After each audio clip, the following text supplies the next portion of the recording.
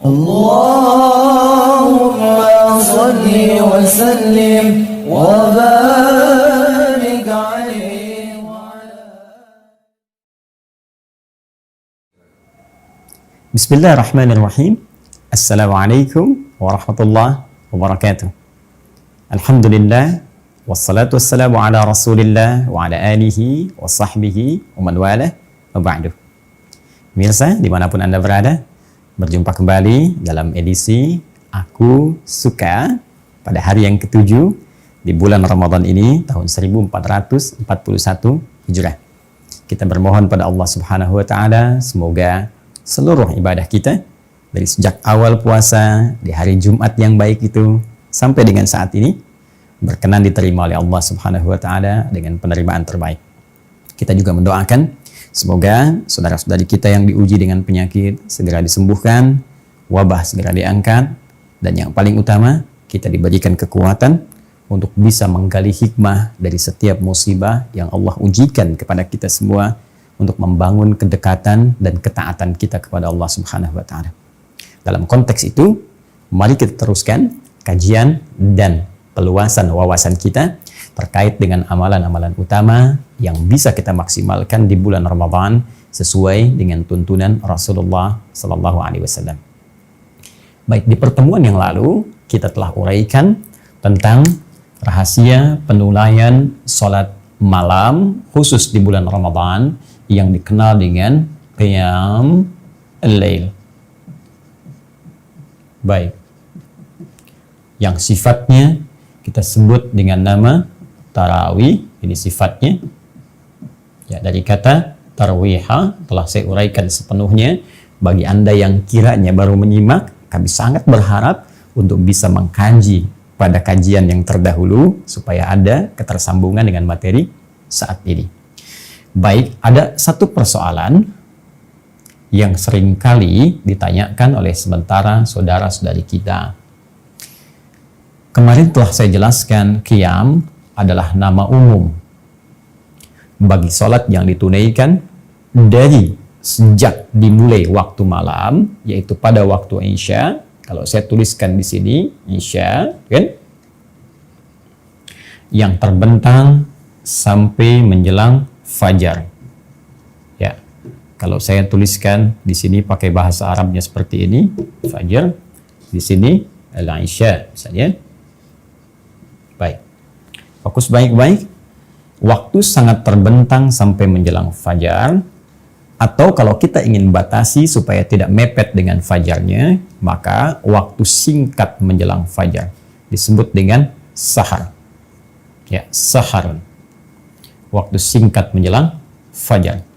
Ini kalau kita durasikan kisaran 15 paling maksimal sampai 30 menit ya sebelum fajar.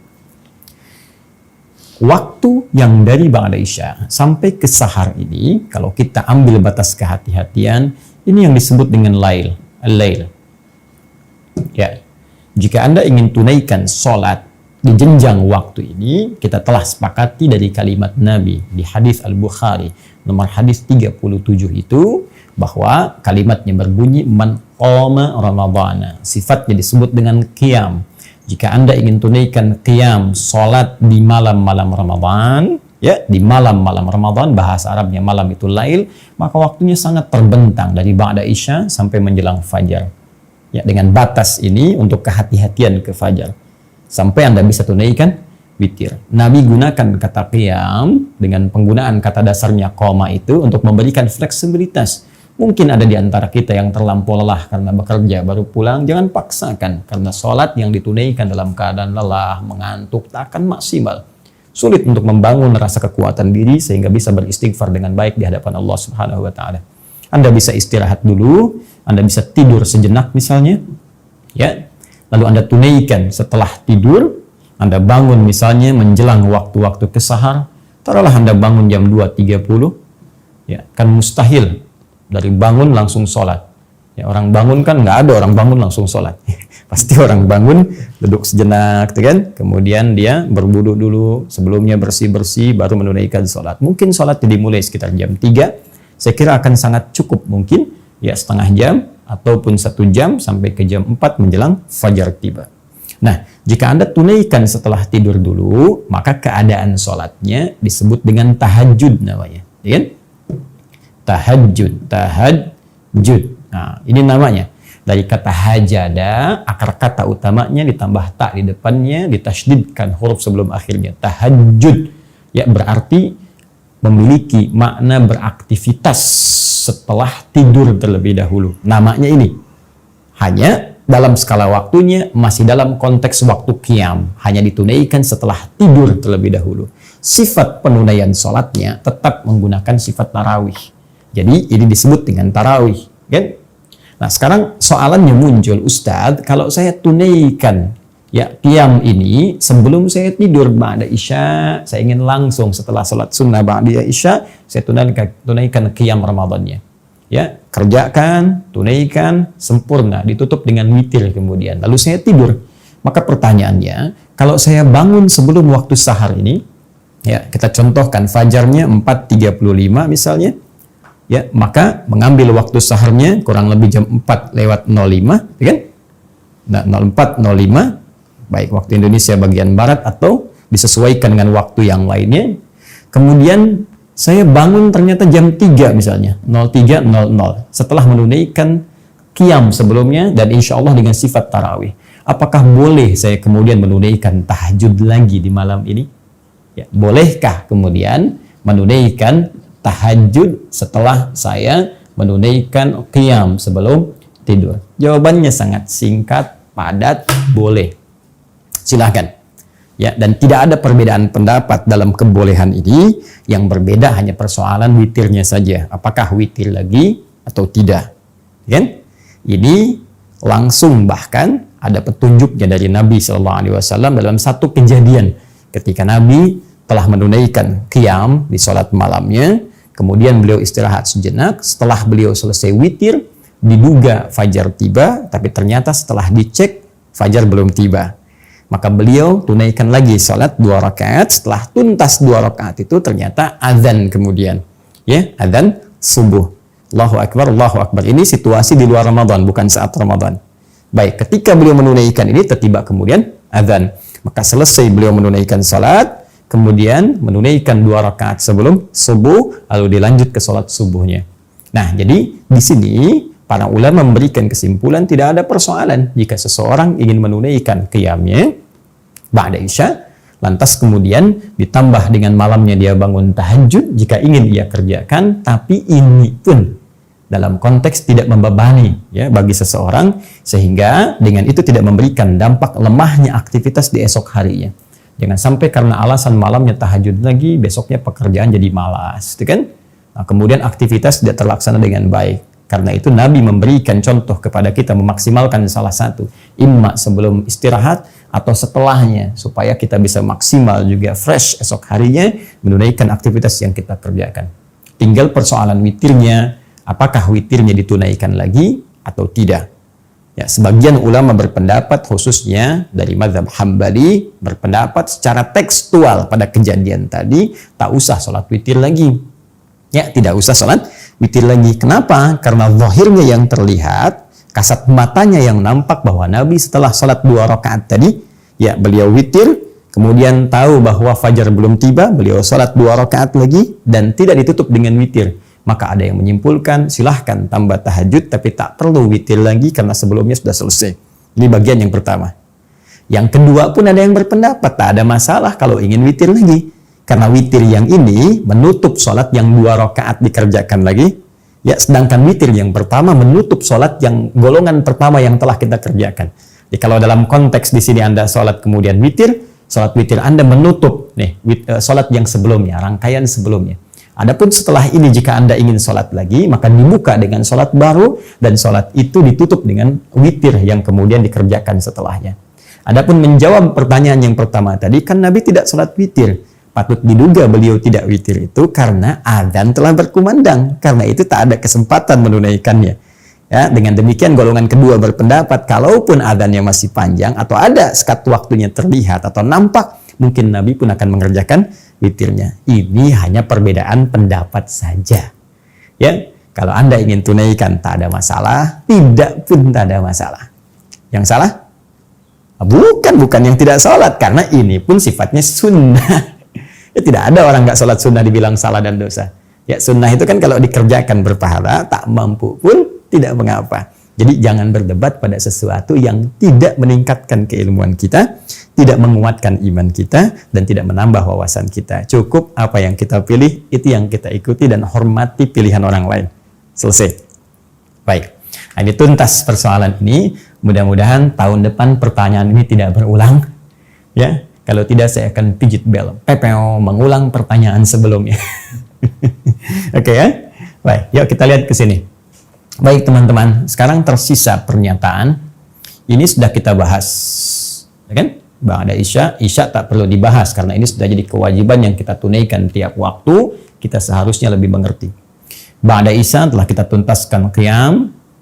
Ini juga fajar telah kita keluarkan, tahajud telah kita sampaikan. Sekarang yang paling menarik, antara jeda lail ke fajar, ada waktu singkat menjelang fajar, disebut dengan sahar. Jamaknya ashar.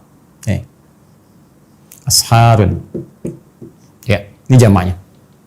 Jadi ini bentuk tunggalnya saharun. Ingat, jangan salah baca ya. Ini ada sihrun, ada saharun. Itu beda. Ya, ini disebut dengan saharun, jamaknya asharun. Kita kembalikan ke sini. Sahar adalah waktu singkat menjelang fajar. Batas antara lail dan fajar. Tadi saya tuliskan kisaran 15 sampai 30 menit lah. Kurang lebih demikian. Baik. Aktivitas yang dikerjakan di waktu sahar disebut dengan sahur namanya. Ya, aktivitasnya disebut apa? Sahur. Nah. Jelas? Baik, jadi ketika Nabi dalam hadis sahih mengatakan tasahharu fa inna fis sahuri barakah. Silahkan makan di waktu sahar. Demikian cara menerjemahkannya. Ya. Makanlah kalian di waktu sahar. Ya, di waktu sahar. Nah, sehingga dipopulerkan makan sahur gitu ya. Nah, sahur itu artinya makan yang ditunaikan di waktu sahar. Kalau Anda bisa kerjakan makan di waktu sahar ini, maka kata Nabi fa inna fis sahuri barakah. Anda bisa mendapatkan berkah. Kita tulis dengan bahasa Arabnya barakah. Ini redaksi hadisnya. Fa inna fis sahuri barakah. Apa itu barakah? Ya. Barakah itu secara singkat ziyadatul khair.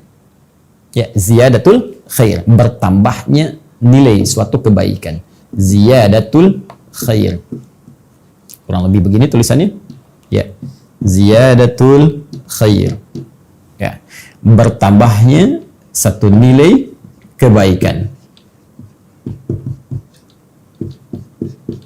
Nilai positif.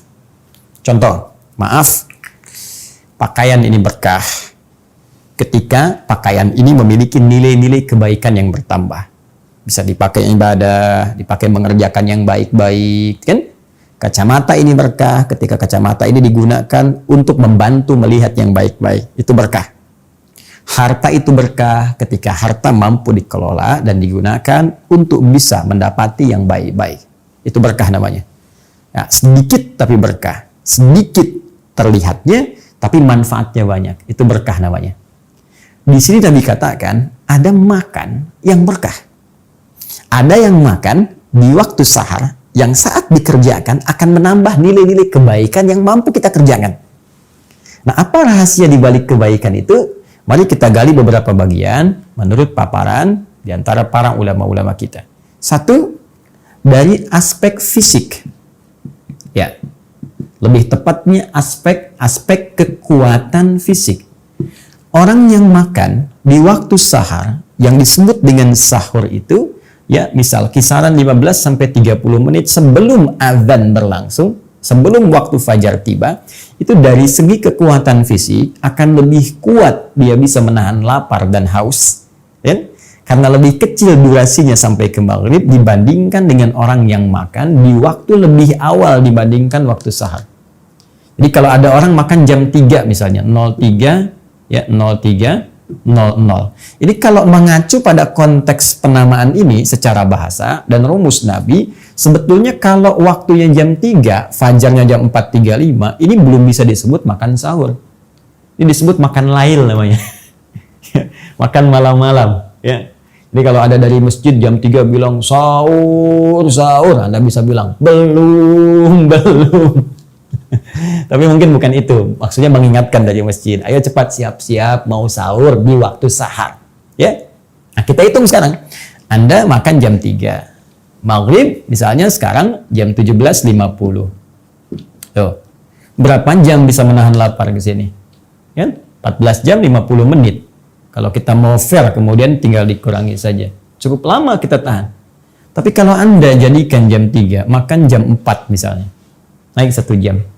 Atau 4.10 misalnya. Anda tinggal kurangi saja. Maka durasi untuk menahan lapar itu, dan durasi untuk mengumpulkan tenaga dalam tubuh kita, itu semakin pendek waktunya, berbanding dengan terbalik semakin kuat tenaga kita, karena aktivitas yang kita tempuh disuplai dengan tenaga yang cukup, dengan waktu yang cukup singkat dibanding sebelumnya. Maka energi itu yang bisa kita gunakan untuk banyak beribadah. Baca Qurannya enak, zikirnya enak, risetnya enak, kan? Beraktivitasnya enak. Tapi kalau lebih dini Anda makannya, maka energi kita akan banyak terkuras.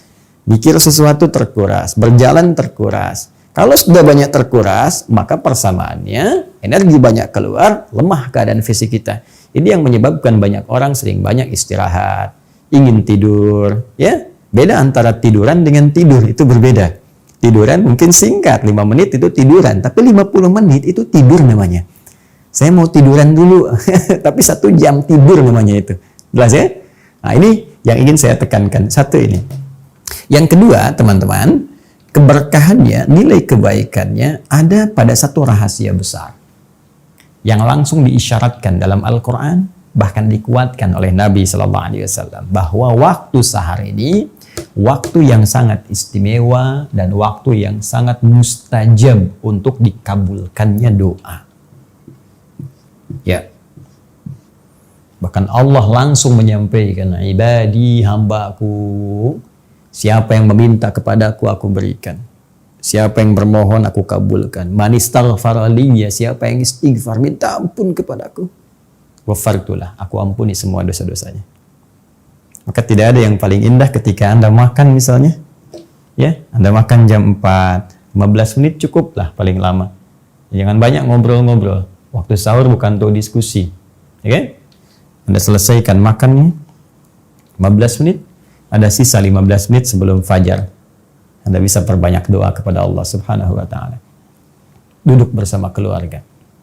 Ajak sama-sama. Minta sama Allah. Mau minta apa? Ya Allah, angkat wabah yang tengah kami hadapi saat ini. Ampuni dosa-dosa kami jikalau kami banyak salah, yang dengan kesalahan itu banyak ujian yang sulit kami hadapi saat ini. Walaupun kami mampu, ya Allah, dengan keyakinan kami bahwa Engkau tidak mungkin menurunkan ujian kalau kami tidak mampu mengatasinya. Minta. Ya Allah, kami mohon jadikan keluarga kami keluarga penghafal Al-Quran. Ya Allah, jadikan kemudahan bagi ayahanda untuk mencari rezeki. Berikan kesabaran pada keluarga ketika diuji dengan persoalan-persoalan yang tengah kami hadapi. Minta. Itu waktu yang paling indah. Nah, jika ada satu tawaran 15 menit atau kurang dari itu, kemudian Anda diberikan kesempatan memohon dan saat itu akan dikabulkan. Kira-kira Anda mau minta apa? Waktunya hanya 15 menit atau kurang daripada itu. Anda silahkan minta. Apapun yang Anda minta akan dikabulkan.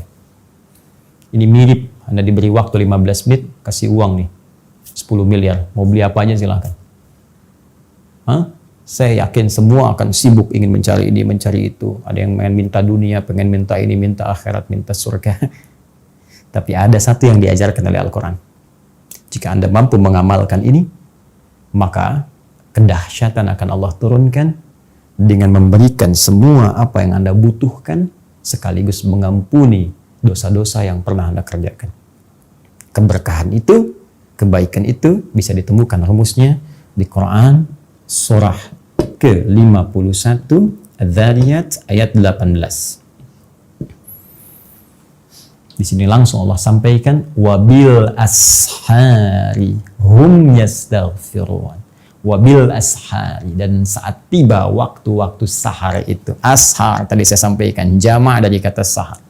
Kenapa Allah ingin sebutkan ashar? Seakan-akan Allah ingin berikan kesempatan, kalau sahar hari ini nggak dapat, besok dapat. Besok nggak dapat, besoknya lagi dapat. Demikian saya bentangkan, kata Allah, banyak setiap hari sebelum datang fajar kesempatan untuk Anda lakukan. Dengan amalan yang Anda kerjakan pada saat itu, anugerah bisa diberikan begitu melimpah. Apa diantaranya? Hum yastaghfirun. Kata Allah, mereka banyak istighfar. Istighfar, istighfar, istighfar. Allahu Akbar. Jadi kalau tadi hadis qudsinya mengatakan mau minta dikabulkan, ya, mau mohon diberikan. Tapi kalau ada istighfar langsung diampuni. Kalau ada 3 pilihan ini disampaikan pada kita, kita mau ambil yang mana? Mau minta, ya kan? Diberikan, mohon dikabulkan, atau kita beristighfar diampuni. Maka rumus cerdasnya kata para ulama, pilih bagian ketiga, minta istighfar. Karena Al-Quran pun mengarahkan kepada bagian ini. Kenapa? Karena orang istighfar itu, kalau sudah istighfar, dosanya diampuni, kosong dari semua dosa, maka mudah tersambung dia kepada Allah Subhanahu wa Ta'ala, sehingga belum minta pun berpotensi dikabulkan oleh Allah Subhanahu wa Ta'ala. Karena itu orang-orang dulu jika punya hajat, keinginan kepada Allah, banyak di antara mereka yang membiasakan istighfar. Astagfirullah, astagfirullah, astagfirullah, astagfirullah.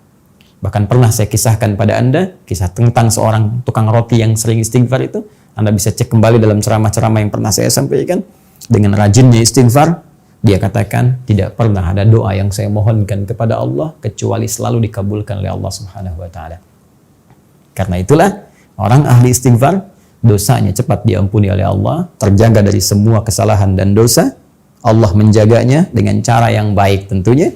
Kemudian yang kedua, ini yang paling menarik, orang rajin istighfar, oleh Allah cepat dikabulkan doa-doanya. Dan yang ketiga, orang rajin istighfar akan disejajarkan oleh Allah dengan orang-orang sabar, orang-orang khusyuk dalam salat, orang-orang rajin infak, dan orang-orang yang jujur dalam kehidupannya, dan mereka ditempatkan dalam surga yang selevel.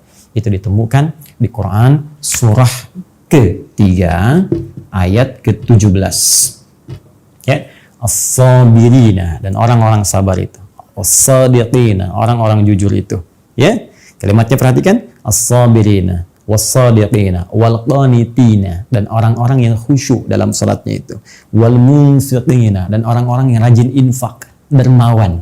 Masya Allah, orang sabar, orang jujur, orang khusyuk dalam ibadah salatnya, orang dermawan. Yang kelima, wal-mustaghfirina bil ashar, dan orang yang rajin istighfar ketika waktu sahar itu tiba. Jika ada tawaran diberikan kepada Anda, bukan sekedar makan, doa dikabulkan, dosa-dosa kemudian diampuni, dijaga oleh Allah. Tapi penjagaan ini bukan maksum. Kalau maksum sifatnya Nabi SAW. Ya, para Nabi maksum, tidak mungkin berbuat salah karena ada penjagaan Allah. Kalau kita diampuni dosa, oleh Allah diarahkan untuk berbuat nilai-nilai kebaikan. Ada penjagaan dari Allah Subhanahu wa Ta'ala, ada malaikat yang ditempatkan oleh Allah untuk mengawasi tindakan kita, membisikkan kalau ada kesalahan-kesalahan mungkin berpotensi kita kerjakan. Dan yang terakhir, dikumpulkan oleh Allah di surga bersama 4 golongan terbaik. Kalau tiap menjelang subuh Allah tawarkan dan belum Anda ambil juga karena sibuk dengan makanan, maka berapa kali sahur lagi mesti Allah tawarkan kepada kita untuk memberikan semua keistimewaan tadi. Sekarang sudah hari yang ke-7, ada peluang besok di yang ke-8, ada peluangnya lagi di yang ke-9, tapi kita tidak mengerti dan tidak mengetahui di hari keberapa kita akan berpulang kepada Allah Subhanahu wa Ta'ala. Karena itu saya memberikan saran bagi saya dan kita semua, kalau ada peluang esok kita bangun, diberikan kesempatan untuk hidup, manfaatkan waktu sehari ini sebagai pemberian dari Allah untuk kebaikan kita dunia dan akhirat. Subhanakallahumma wa bihamdika, asyhadu an la ilaha illa anta, astaghfiruka wa atubu ilaik, wa akhiru da'wana alhamdulillahi rabbil alamin. Assalamualaikum warahmatullahi wabarakatuh.